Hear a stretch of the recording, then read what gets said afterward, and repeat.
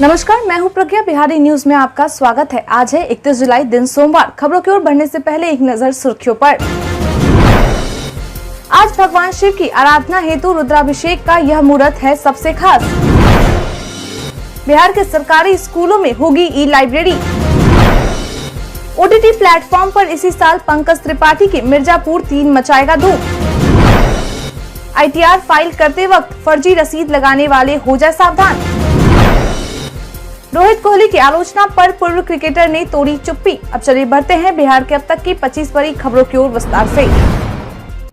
Rail मंत्रालय में 111 पदों पर भर्ती। Rail India technical and economic service ने भारत के रेल मंत्रालय के तहत ड्राफ्ट्समैन और विभिन्न अन्य रिक्तियों के पदों पर भर्ती के लिए ऑनलाइन आवेदन की प्रक्रिया शुरू कर दी है। योग्य और इच्छुक उम्मीदवार इन पदों के लिए 7 अगस्त शाम 5 बजे तक आधिकारिक वेबसाइट RITES.com पर जाकर ऑनलाइन आवेदन कर सकते हैं। Rail India technical and economic service की इस भर्ती अभियान का लक्ष्य सिविल इंजीनियर, पर्यावरण, सामाजिक निगरानी, विशेषज्ञ, जूनियर डिजाइन इंजीनियर, ड्राफ्ट्समैन और अन्य जैसे विभिन्न पदों पर कुल 111 रिक्तियों को भरना है। आधिकारिक सूचना में कहा गया है कि नियुक्ति शुरू में 1 वर्ष की अवधि के लिए पूरी तरह से अनुबंध के आधार पर होगी, जिससे आपसी सहमति और संतोषजनक प्रदर्शन के अधीन कार्य पूरा होने तक बढ़ाया जा सकता है। इन पदों पर आवेदन करने के लिए उम्मीदवारों के पास संबंधित क्षेत्र में बैचलर की डिग्री होनी चाहिए। इसके साथ ही उम्मीदवारों के पास संबंधित क्षेत्रों में 2 से 5 वर्ष का कार्य अनुभव भी होना चाहिए। आज भगवान शिव की आराधना हेतु रुद्राभिषेक का यह मुहूर्त है सबसे खास। आज सावन का चौथा सोमवार है और अब तक सावन के 3 सोमवार बीत भी चुके हैं। शिव भक्तों के लिए सावन का महीना बड़ा ही पावन होता है। शिव भक्त बड़े ही धूमधाम से इस महीने को त्योहार की तरह मनाते हैं और प्रत्येक सोमवार को भगवान शिव की विशेष आराधना करते हैं। साथ ही रुद्राभिषेक पूजा भी करते हैं। बता दें कि आज के सोमवार में ज्योतिषियों के अनुसार सुबह 7:26 से पहले किया गया रुद्राभिषेक बड़ा ही फलदायी होगा। यह मुहूर्त शिव भक्तों के लिए रुद्राभिषेक करने के लिए सबसे खास है। इस मुहूर्त में यदि आप भगवान शिव के लिए रुद्राभिषेक का आयोजन कर उनकी आराधना करते हैं तो भगवान शिव की आप पर विशेष कृपा होगी। बिहारी पहचान में आज हम बात करेंगे शेखर सुमन के बारे में। शेखर सुमन एक भारतीय अभिनेता, एंकर, निर्माता, निर्देशक और गायक हैं। उन्होंने 1984 में वाह जनाब से टेलीविजन पर डेब्यू किया, जिसमें उन्होंने किरण जुनेजा के साथ अभिनय किया। उनके टेलीविजन करियर में देख भाई देख, रिपोर्टर, कभी इधर कभी उधर, छोटे बाबू, अंदाज, Amar Prem, Vilayati Babu, movers and shakers, simply Shekhar और कैरी ऑन शेखर जैसे शो शामिल है। उन्होंने फरवरी 2006 तक स्टार 1 पर film Deewani, the great Indian comedy show की मेजबानी की और डायल 1 और जीतो के कुछ एपिसोड में दिखाई दिए। सहारा टीवी पर उन्होंने टीवी पर नीलम घर, स्टार 1 पर ही मैन और स्टार न्यूज पर पोल खोल सहित क्विज शो की भी मेजबानी की। 2015 में उन्होंने आज तक पर अब की बारी शेखर बिहारी की मेजबानी शुरू की। वह नवजोत सिंह सिद्धू के साथ the great Indian laughter challenge के जजों में से एक थे। उन्होंने सोनी टीवी पर कॉमेडी सर्कस और सब टीवी पर कॉमेडी सुपरस्टार जैसे कई अन्य कॉमेडी शो में जज के रूप में काम किया। उन्होंने सब टीवी पर शो जब खेलो सब खेलो की मेजबानी की और सोनी टीवी पर प्रसारित लोकप्रिय डांस रियलिटी शो झलक दिखला जा के 4थे सीजन में भाग लिया। सुमन ने मई 2009 में कांग्रेस के टिकट पर पटना साहिब से लोकसभा चुनाव लड़ा और भाजपा के शत्रुघ्न सिन्हा से हार गए और तीसरे स्थान पर रहे। बिहार के इन सरकारी अस्पतालों से हटेगा अतिक्रमण। बिहार के स्वास्थ्य विभाग ने एक विशेष अभियान चलाने का निर्णय लिया है, जिसके तहत राज्य के सरकारी अस्पतालों में हुए अतिक्रमण पर बुलडोजर चलने वाला है। अस्पतालों के अतिक्रमण को स्वास्थ्य विभाग जिला प्रशासन के समन्वय से खाली करवाएगा। ऐसा देखा गया है कि अतिक्रमणकारियों ने अनुमंडल अस्पताल, रेफरल अस्पताल और प्राथमिक स्वास्थ्य केंद्रों में कब्जा कर लिया है, जिसे हटाने के लिए अभियान चलाए जाने वाले हैं। कई जगह तो यह देखा गया है कि अस्पताल के जमीन पर ही कई मकान व दुकान बने हैं। साथ ही अस्पताल के परिसर में ही अस्थायी दुकान सजे हैं।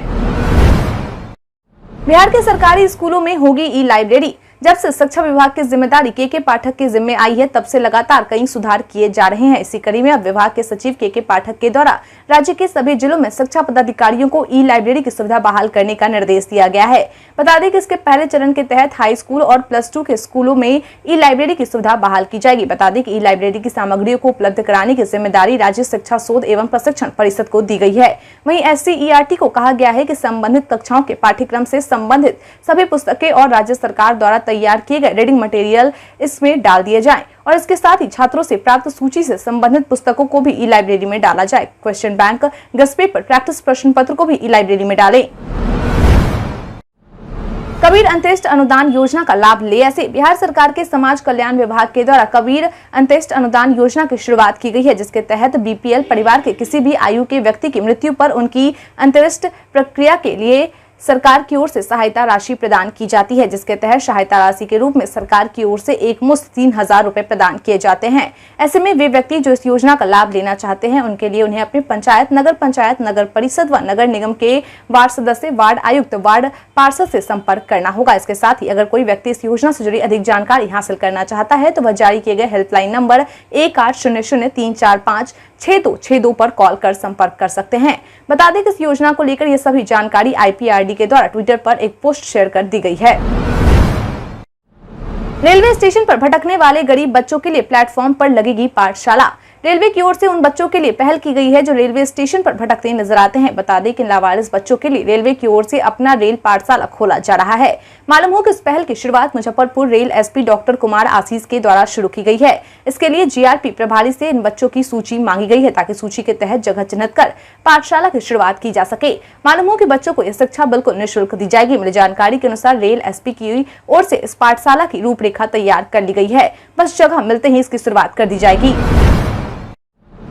बिहार के पर्यटन में आज हम बात करेंगे घोड़ा कटोरा के बारे में। घोड़ा कटोरा झील राजगीर के पास स्थित एक प्राकृतिक स्थल है। हिंदू पुरानी कथाओं के अनुसार भारतीय महाकाव्य महाभारत से राजा जरासंध का घुड़साल हुआ करता था, इसलिए इस जगह का नाम घोड़ा कटोरा पड़ा। छोटी पहाड़ियों से घिरा हुआ यह स्थल काफी मनमोहक और प्राकृतिक संपदा से भरा हुआ है। यह विश्व शांति शिवालय के पास स्थित है। इस झील में नौका विहार का आनंद लोगों को रोमांचित करता है। घोड़ा गाड़ियां या तांगे और साइकिल पर्यटकों को यहाँ तक पहुँचने में मदद करती है। इस झील की प्राचीन प्राकृतिक शैली और इसके बीचों बीच स्थित भगवान बुद्ध की प्रतिमा आज के दौर में पर्यटकों को अपने अतिविशिष्ट रूप के कारण काफी आकर्षित करती है।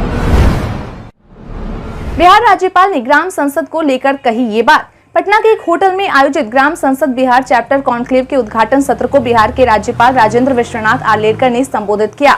इस दौरान उन्होंने कहा कि हर गांव की अपनी वेबसाइट होनी चाहिए जिसमें वहां के विशेषताओं से संबंधित सभी जानकारी उपलब्ध हो। इससे उस गांव की पहचान पूरी दुनिया में हो सकेगी। आगे उन्होंने बताया कि ग्रामीण अर्थव्यवस्था के विकास पर ग्राम संसद को काम करना चाहिए। गाँव में उपलब्ध संसाधनों को विकसित कर ग्रामवासियों को वहीं पर किस प्रकार से रोजगार दिलाया जा सकता है, इस पर काम करना चाहिए ताकि रोजगार के लिए बाहर न जाना पड़े।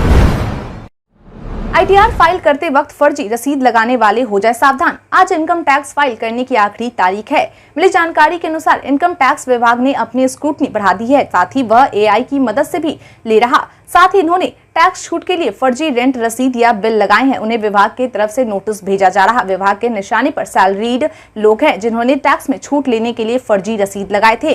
विभाग इन लोगों पर अपनी पूरी निगरानी रख रहा कि इनकम टैक्स फाइल करने पर कहीं किसी ने गलती बिल या रसीद तो नहीं लगा दिया। यदि जो लोग इस तरह की गलती कर रहे हैं उन लोगों पर 200% तक जुर्माना लगाए जा रहे हैं। ध्यान रहे, यदि आप पेनल्टी देने से बचना चाहते हैं तो आज ही अपनी ITR फाइल कर लें, क्योंकि आज ITR फाइल करने की अंतिम तारीख है। अगर आपने आज नहीं किया तो उसे लेट फीस के रूप में 1,000 रुपए से 5,000 रुपए का भुगतान करना होगा। जुर्माना के साथ विलंब से रिटर्न दाखिल करने का विकल्प 31 दिसंबर 2023 तक उपलब्ध है। प्लास्टिक मुक्त बना नालंदा विश्वविद्यालय, बिजली उत्पादन की भी हो रही तैयारी। बिहार का नालंदा विश्वविद्यालय एक नई दिशा में पहल कर रहा। दरअसल विश्वविद्यालय कैंपस अब प्लास्टिक फ्री हो चुका है। बता दें कि अंतरिम कुलपति प्रोफेसर अभय कुमार सिंह ने विश्वविद्यालय के परिसर में पानी के प्लास्टिक बोतल पर प्रतिबंध लगा दिया है। मिली जानकारी के अनुसार परिसर में मौजूद जितने भी विद्यार्थी, शोधार्थी से लेकर विश्वविद्यालय में मौजूद सभी कार्यालय, छात्रावास, कुल सचिव व कुलपति के चैम्बर तक में भी अब प्लास्टिक के बोतल उपयोग में नहीं ला जा सकेंगे। प्लास्टिक की जगह स्टील, ग्लास या अन्य बोतल उपयोग में लाए जाएंगे। कैंपस को प्लास्टिक मुक्त बनाए जाने के बाद कार्बन मुक्त बनाने की कवायद भी अब शुरू हो चुकी है। इसके अलावा परिसर में 6.5 मेगावाट बिजली उत्पादन की तैयारी भी चल रही। इसका उत्पादन बायोगैस और सोलर के जरिए किए जाएंगे। करियर पोर्टल पर सबसे अधिक रजिस्ट्रेशन करवाने वाले जिले किए जाएंगे पुरस्कृत। वे जिले पुरस्कृत किए जाएंगे जो अपने कैरियर पोर्टल पर सबसे अधिक रजिस्ट्रेशन करेगा। जिला शिक्षा कार्यालय को इस बाबत बिहार शिक्षा परियोजना परिषद ने पत्र भी लिखा है। मालूम हो कि स्कूलों में करियर सेंटर बनाया गया है ताकि स्कूली छात्र छात्राएं करियर के प्रति जागरूक हो सके। स्कूली प्रशासन को छात्रों का रजिस्ट्रेशन इसी सेंटर के माध्यम से करवाना है। जो विद्यालय सबसे अधिक रजिस्ट्रेशन करवाएंगे उन्हें प्रशस्ति पत्र भी प्रदान किए जाएंगे। गौरतलब है कि वर्ष 2019 में ही करियर पोर्टल की शुरुआत की गई थी ताकि 9वीं से लेकर 12वीं तक के विद्यार्थियों को विभिन्न तरह के करियर की जानकारी दी जा सके।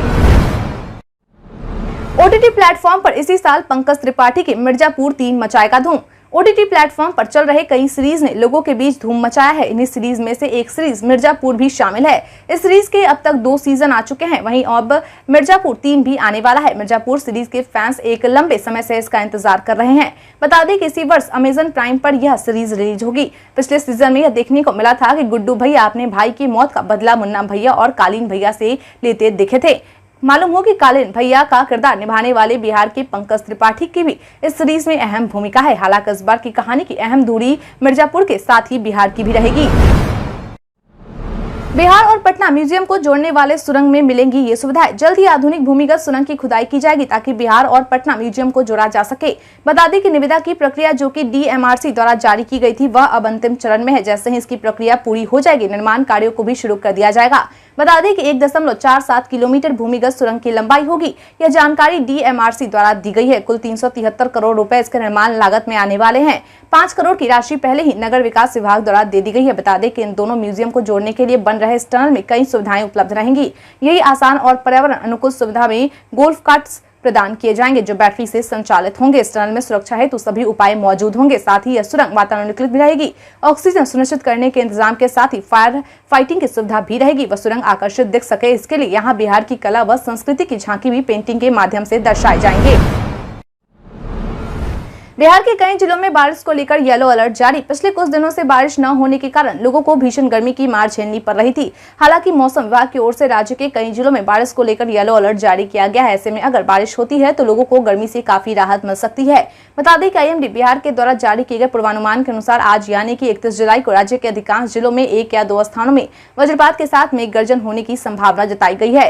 वहीं कैमूर, नवादा और रोहतास जिलों के 1-2 स्थानों में भारी बारिश की संभावना है। इसके अलावा अगर कल यानी कि 1 अगस्त के मौसम की बात करें तो पूर्वानुमान के अनुसार राज्य के अधिकांश जिलों में 1-2 स्थानों में वज्रपात के साथ मेघ गर्जन की संभावना जताई गई है। वहीं पूर्णिया, नवादा, जमुई, गया, अररिया और किशनगंज जिलों में 1-2 स्थानों में भारी बारिश की संभावना है। दशरथ मांझी की समाधि को राज्य सरकार ने दिया पर्यटन स्थल का दर्जा। पहाड़ तोड़कर सड़क बनाने वाले दशरथ मांझी आज किसी के पहचान के मोहताज नहीं है। इन्होंने पत्नी के प्यार में अपने जीवन के पूरे 22 वर्षों तक एक छेनी और हथौड़ी के सहारे अपने मेहनत से एक पहाड़ काटकर सड़क बना दिया। अब राज्य सरकार दशरथ मांझी की याद में एक बड़ी पहल करने जा रही। दरअसल राज्य सरकार दशरथ मांझी के गाँव दशरथ नगर और उनके समाधि स्थल को विकसित करने और सौंदर्यीकरण की योजना बना रही। बता दें कि दशरथ मांझी के गाँव का विकास कार्य लगभग 17.4 करोड़ रुपए की लागत से किया जाना है। गौरतलब है कि दशरथ मांझी के समाधि स्थल को अभी हाल में ही राज्य सरकार ने पर्यटन स्थल और विकास स्थल का दर्जा दिया है। पूर्व सांसदों, विधायकों और विधान पार्षदों से मिले CM नीतीश। 2024 में होने वाले लोकसभा चुनाव को लेकर सभी पार्टियों की ओर से तैयारियां शुरू कर दी गई हैं। इसी कड़ी में बिहार के मुख्यमंत्री नीतीश कुमार भी जमीनी स्तर पर अपनी पार्टी को मजबूत करने का काम कर रहे हैं। यही वजह है कि CM नीतीश कुमार अपनी पार्टी के पूर्व सांसदों, विधायकों और विधान पार्षदों से मिलने का निर्णय किए हैं। बता दें कि उनकी इस मुलाकात का सिलसिला बीते दिन यानी कि रविवार से शुरू हो चुका है। मालूम हो कि CM नीतीश सभी से एक अन्य मार्ग पर मिल रहे हैं। इस दौरान CM नीतीश इन नेताओं से फीडबैक ले रहे हैं और उनके इलाके में किस तरह की राजनीतिक माहौल है, संगठन की सक्रियता कैसी है, यह जानने की कोशिश कर रहे हैं। इसके अलावा वे केंद्र सरकार की नीतियों के बारे में लोगों की राय भी जानने की कोशिश कर रहे हैं। कटिहार कांड को लेकर नीतीश कुमार पर चिराग पासवान का तंज। बीते दिन लोक जनशक्ति पार्टी रामविलास के राष्ट्रीय अध्यक्ष चिराग पासवान के द्वारा पटना एयरपोर्ट पर कटिहार कांड को लेकर बिहार के मुख्यमंत्री नीतीश कुमार पर तंज कसा गया। उन्होंने कहा कि कटिहार में प्रशासन के लोगों के द्वारा किसानों की हत्या की गई है और सरकार हाथ पर हाथ धरे बैठी है। मुख्यमंत्री विपक्षी दलों की बैठक में व्यस्त हैं, लेकिन उनके पास किसानों से मिलने के लिए समय नहीं है। वे मुख्यमंत्री के साथ साथ गृह मंत्री भी हैं। उन्हें घटनास्थल पर जाकर खुद देखनी चाहिए। बिहार सरकार से अपनी मांग करने पर उन पर लाठीचार्ज और गोली चलाई जा रही है। शिक्षकों की बहाली में लगातार देरी हो रही। पिछले 25 सालों से किसानों की समस्या पर ध्यान नहीं दिया गया और न ही छात्रों की समस्या पर ध्यान दिया गया है। लालू यादव ने अपने अंदाज में PM मोदी पर कसा तंज। बिहार सरकार के पर्यावरण, वन एवं जलवायु परिवर्तन मंत्री तेज प्रताप यादव के द्वारा छात्र राजद भारत के नाम से बनाए गए नए संगठन के पहली बैठक में बीते दिन राज्य सुप्रीमो लालू प्रसाद यादव के द्वारा देश के प्रधानमंत्री नरेंद्र मोदी पर तंज कसा गया। उन्होंने कहा कि नरेंद्र मोदी संविधान को मिटाना चाहते हैं, लेकिन हम लोग किसी भी कीमत पर देश की एकता, अखंडता और बाबा साहेब के विचारों को मिटने नहीं देंगे। इसके साथ ही उन्होंने युवा कार्यकर्ताओं से कहा कि आप सभी देश को बचाइए। देश के नौजवान ही देश और भविष्य के रखवाले हैं। महंगाई महंगाई ने आम लोगों की कमर तोड़ कर रख दी है, इसलिए भाजपा का सफाया तय है। हम लोगों को आपस में मिलकर भाजपा को हटाने पर बल देना होगा। भाजपा के लोग बहुत घबराहट में हैं। उन्होंने कहा कि नरेंद्र मोदी विदेश में घूम घूम कर जगह तलाश रहे हैं, वे वहीं पर पिज्जा, बर्गर, चाउमीन और मोमो खाएंगे। लालू ने कहा कि 2024 का चुनाव नजदीक आ गया है। भाजपा एक तरफ और दूसरी ओर इंडिया के बीच लड़ाई होगी। मुस्लिम वोट बैंक को रिझाने के लिए 1 अगस्त से चलेगी जेडीयू की भाईचारा यात्रा। जेडीयू की ओर से बिहार में मुस्लिमों को रिझाने के लिए 1 अगस्त से 6 सितंबर तक भाईचारा यात्रा की शुरुआत की जाने वाली है। इन 40 दिनों की भाईचारा यात्रा में बिहार के 26 जिलों में पार्टी के नेता जाएंगे। बता दें कि इस यात्रा की जिम्मेदारी मुख्यमंत्री नीतीश कुमार के द्वारा पार्टी के एमएलसी खालिद अनवर को दी गई है। मालूम हो कि यह यात्रा 3 चरणों में होगी, जिसमें से पहला चरण 1 अगस्त से 6 अगस्त तक चलेगा, तो वहीं दूसरा चरण 16 अगस्त से 22 अगस्त तक चलेगा और फिर तीसरे चरण की यात्रा की शुरुआत 28 अगस्त से होगी, जो कि 6 सितंबर तक चलेगी। इस यात्रा को लेकर प्रदेश अध्यक्ष उमेश कुशवाहा के द्वारा कहा गया कि भाईचारा यात्रा के माध्यम से मुख्यमंत्री ने जो काम किया है उसे लोगों तक पहुंचाया जाएगा और बीजेपी के धार्मिक उन्माद को लेकर जागरूक किया जाएगा। वहीं मंत्री जमा खान के द्वारा कहा गया कि बीजेपी आज पूरे देश का माहौल खराब करने रही है, लेकिन मुख्यमंत्री नीतीश कुमार ने जो काम किया है उसका मैसेज आज पूरे देश में जा रहा है। इसके अलावा जेडीयू एमएलसी खालिद अनवर के द्वारा कहा गया कि यात्रा 40 दिनों का है। यह 1 अगस्त से शुरू होकर 6 दिसंबर को खत्म हो यह 1 अगस्त से शुरू होकर 6 सितंबर को खत्म हो जाएगा और 17 सितंबर को इसका समापन कार्यक्रम किया जाएगा। रोहित कोहली की आलोचना पर पूर्व क्रिकेटर ने तोड़ी चुप्पी। वेस्टइंडीज ने दूसरे वनडे मैच में भारतीय टीम को 6 विकेट से रौंदकर सीरीज 1-1 से बराबरी की। दूसरे वनडे में टीम इंडिया के कप्तान रोहित शर्मा और विराट कोहली को आराम दिया गया था, जबकि हार्दिक पांड्या को टीम की कमान सौंपी गई। ऐसे में इस मैच में भारतीय टीम के इस एक्सपेरिमेंट को लेकर जमकर सवाल खड़े हो रहे हैं। इसी कड़ी में जियो सिनेमा एक्सपर्ट और कमेंटेटर आकाश चोपड़ा ने अपनी प्रतिक्रिया शेयर की। उन्होंने कहा कि रोहित शर्मा और विराट कोहली को क्यों आराम दिया गया, इसके बारे में उन्हें भी नहीं पता है। दोनों सीनियर खिलाड़ियों ने वर्ल्ड टेस्ट चैंपियनशिप के फाइनल के बाद कोई भी मैच नहीं खेला है। WTC के फाइनल के बाद वह 3 हफ्तों के ब्रेक पर थे। सिर्फ 7 दिन भारत वेस्टइंडीज के टेस्ट मैच में उन्होंने खेला और उसके बाद वह वनडे सीरीज खेलने लगे थे। अगर आप T20 सीरीज को छोड़ना चाहते हैं तो उसे छोड़ सकते हैं, क्योंकि इससे कोई असर नहीं पड़ेगा। इस साल के अंत में T20 विश्व कप नहीं है। इसके अलावा जियो सिनेमा का एक्सपर्ट अभिषेक नायर का मानना है कि मजबूत टीम को बड़े टूर्नामेंट में खेलना चाहिए, क्योंकि आप एक बार खेलते हैं तो हर किसी को एक दूसरे की स्ट्रेंथ पता चल जाती है और इससे आपको एक साथ खेलने में मदद मिलती है। भारत के इतिहास में आज की तारीख है कई कारणों से दर्ज। मुगल सम्राट औरंगजेब ने 31 जुलाई 1658 को स्वयं को मंगोल का राजा घोषित किया। मद्रास प्रेसिडेंसी क्लब ने 31 जुलाई 1924 में रेडियो प्रसारण संचालित करने का बेड़ा उठाया। राष्ट्रपिता महात्मा गांधी ने 31 जुलाई 1933 में हमेशा के लिए साबरमती आश्रम छोड़ा। ब्रिटिश सरकार ने 1940 में उग्र क्रांतिकारी, स्वतंत्रता सेनानी और समाज सुधारक उधम सिंह को लंदन में फांसी दी। भारत में सबसे पहली राज्य परिवहन सेवा पश्चिम बंगाल में राज्य परिवहन निगम की स्थापना 31 जुलाई 1948 में की गई। भारत और नेपाल ने 1950 में शांति और मित्रता संधि पर हस्ताक्षर किए। सितार वादक पंडित रविशंकर मैग्सेस 1992 में पुरस्कार से सम्मानित हुए। भारत के पहले तैरते हुए समुद्री संग्रहालय का कलकत्ता में 31 जुलाई 1993 को उद्घाटन हुआ। लोकसभा ने 2000 में छत्तीसगढ़ राज्य निर्माण विधेयक को ध्वनि मत से पारित किया। प्रोफेसर अशोक सेन को 2012 में पहले Yuri Milner fundamental physics prize के 9 विजेताओं में से एक विजेता घोषित किया गया। प्रसिद्ध हिंदी कहानीकार और उपन्यासकार प्रेमचंद का जन्म 1880 को हुआ था। प्रसिद्ध राजनीतिज्ञ तथा राजस्थान के मुख्यमंत्री मोहनलाल सुखाड़िया का जन्म 1916 को हुआ था। हिंदी फिल्मों के महान पार्श्व गायक मोहम्मद रफी का दिल का दौरा पड़ने से उनका निधन 1980 को हुआ था। वायरल में आज हम बात करेंगे कन्या सुमंगला योजना के बारे में। सोशल मीडिया पर कई सूचनाएं वायरल होती है, लेकिन सभी सच हो ये जरूरी नहीं है। इसी क्रम में आज हम बात करेंगे कन्या सुमंगला योजना के बारे में। दरअसल PIB ने अपने ट्वीट में लिखा है कि सरकारी ब्लॉग नामक यूट्यूब चैनल के एक वीडियो में दावा किया गया है कि जिनके परिवार में बेटियां हैं उन्हें कन्या सुमंगला योजना के तहत केंद्र सरकार हर महीने 4500 रुपए दे रही है। PIB ने अपने ट्वीट में आगे लिखा है कि यह दावा फर्जी है। केंद्र सरकार द्वारा ऐसी कोई योजना नहीं चलाई जा रही।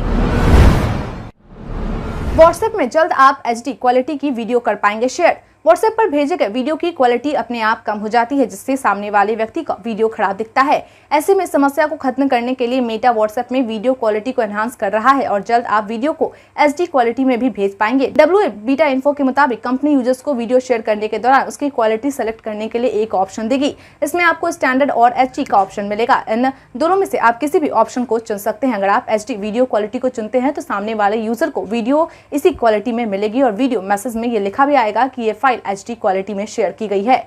फिलहाल ये अपडेट कुछ बीटा टेस्टर्स के लिए उपलब्ध है। आने वाले समय में कंपनी इसे सभी के लिए रोल आउट कर सकती है। पीएम मोदी ने सीबीएसई स्कूलों में एक ही पाठ्यक्रम लागू करने के दिए संकेत। केंद्र सरकार देश के सभी स्कूलों में एक ही पाठ्यक्रम लागू करने की तैयारी कर रहा।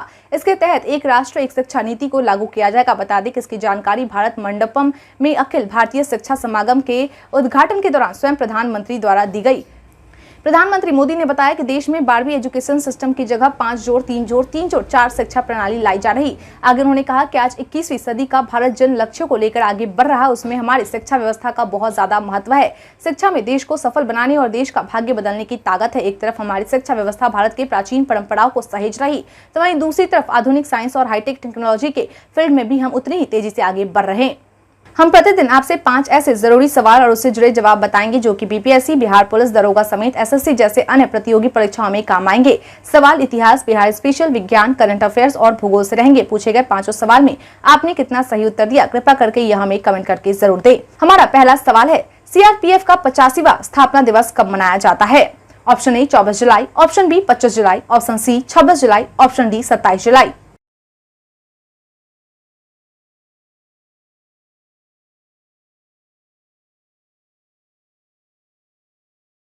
इसका सही उत्तर है ऑप्शन डी 27 जुलाई। अगला सवाल, राष्ट्रीय शहीद स्मारक और रेलवे सुरक्षा के लिए राष्ट्रीय संग्रहालय का अनावरण कहां हुआ है? Option A Lucknow, option B Kanpur, option C Bareilly, option D Patna.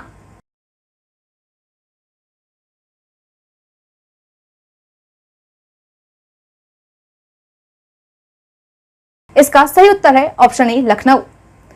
अगला सवाल, डॉक्टरों की सेवानिवृत्ति की आयु बढ़ाकर किस राज्य ने 65 वर्ष करेगी?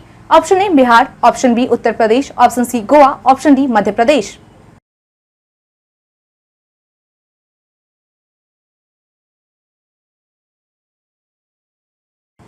इसका सही उत्तर है ऑप्शन बी उत्तर प्रदेश। अगला सवाल, इनमें से कौन बिहार के पहले राज्यपाल हैं? Option A doctor Rajendra Prasad, option B Madhav Shrihari, option C Jairam Das Daulatram, option D doctor Zakir Hussain.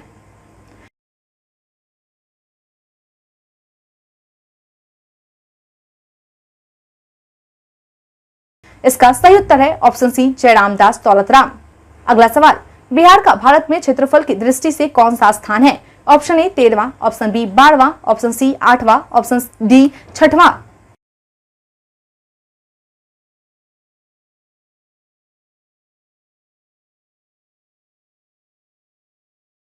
इसका सही उत्तर है ऑप्शन बी 12वां।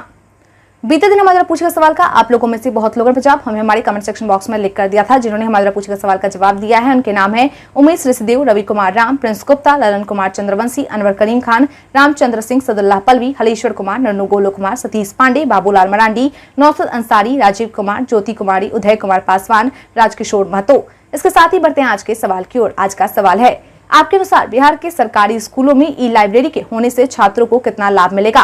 अपना जवाब हमें हमारे कमेंट सेक्शन में लिखकर जरूर बताएं। आज के लिए इतना ही। बिहार के तमाम खबरों के साथ बने रहने के लिए देखते रहें बिहारी न्यूज। और साथ ही अगर आप यूट्यूब से देखें चैनल को सब्सक्राइब करना और अगर आप फेसबुक से देखें तो पेज को फॉलो करना न भूलें। धन्यवाद।